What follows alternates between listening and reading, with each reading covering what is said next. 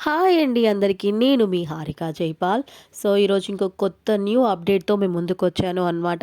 చెప్పాను కదా! ఏదైనా అప్డేట్ వస్తే ష్యూర్‌గా నేను ఇన్ఫార్మ్ చేస్తాను అని చెప్పేసి.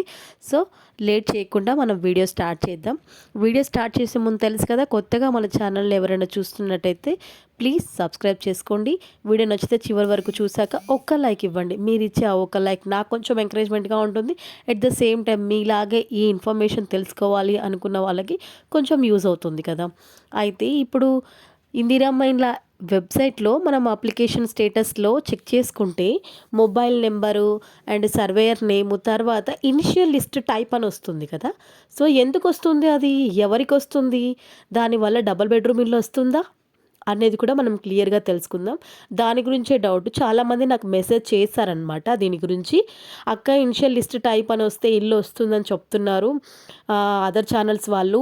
మీరొకసారి క్లారిటీగా చెప్పారా? నిజంగానే వస్తుందా అంటే నేను ఒక్క వర్డ్‌లో చెప్పేదాన్నయితే రాదు అంటే ఫీల్ అయితారు. వస్తుంది అంటే ఎలా వస్తుంది అని అడుగుతారు కదా! సో, దానికోసం నేను ఈ వీడియో చేయడం అయితే జరిగిందనమాట. అయితే ఇప్పుడు ఇందిరమ్మ ఇండ్ల యాప్‌లో ఇనిషియల్ లిస్ట్ టైప్ అనుంది. దాని కింద మళ్ళీ లిస్ట్ టైప్ అనుండి L2 అని ఉంది కదా! సో, ఏంటి డిఫరెన్స్? అక్కడ ఎందుకిచ్చారు? ఇక్కడ ఎందుకిచ్చారు? అక్కడ L2నే ఉంది. ఇక్కడ L2నే ఉందంటే L2 వాళ్ళకి మాత్రం L2 అనే ఉంటుంది. L1 వాళ్ళకి L1 అనే ఉంటుంది. ఎవరైతే L3లో ఉండి వాళ్ళకి ఆల్రెడీ ఇల్లు లేకుండా L3లో పడ్డ వాళ్ళకి కొంతమందికి రాంగ్‌గా పడాయి కదా!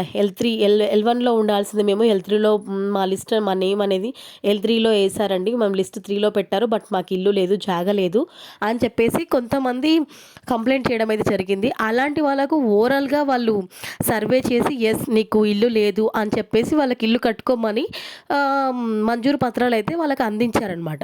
అందించిన తర్వాత ఏమైంది? వాళ్ళు బేస్మెంట్ లెవెల్ కట్టారు. కట్టిన తర్వాత వాళ్ళకి అమౌంట్ రావాలి కదా! సో, వాళ్ళకి అమౌంట్ రాలేదనమాట. అమౌంట్ రాకపోవడం వల్ల అంటే వాళ్ళది లిస్ట్ 3 అని ఉంది కదా వెబ్‌సైట్‌లో. లిస్ట్ 3 ఉన్నప్పుడు L1లో వాళ్ళతో పాటు కట్టుకున్నా సరే వాళ్ళకి అమౌంట్ పడింది కానీ, ఈ L3లో ఉన్న వాళ్ళకి మాత్రం అమౌంట్ పడలేదనమాట. సో, దానివల్ల వీళ్ళు అధికారుల దగ్గరికెళ్ళి గొడవ చేశారనమాట. మీరు మాకు శాంక్షన్ చేశారు L1 అని మీరు కట్టుకోవచ్చు అని చెప్పారు. బట్ మా లిస్ట్ మాత్రం L3లోనే చూపిస్తుంది. అలాంటప్పుడు మాకు అమౌంట్ ఎలా శాంక్షన్ అవుతుంది? అమౌంట్ ఎలా పడుతుంది? మీరు లిస్ట్ చేంజ్ చేయాలి కదా!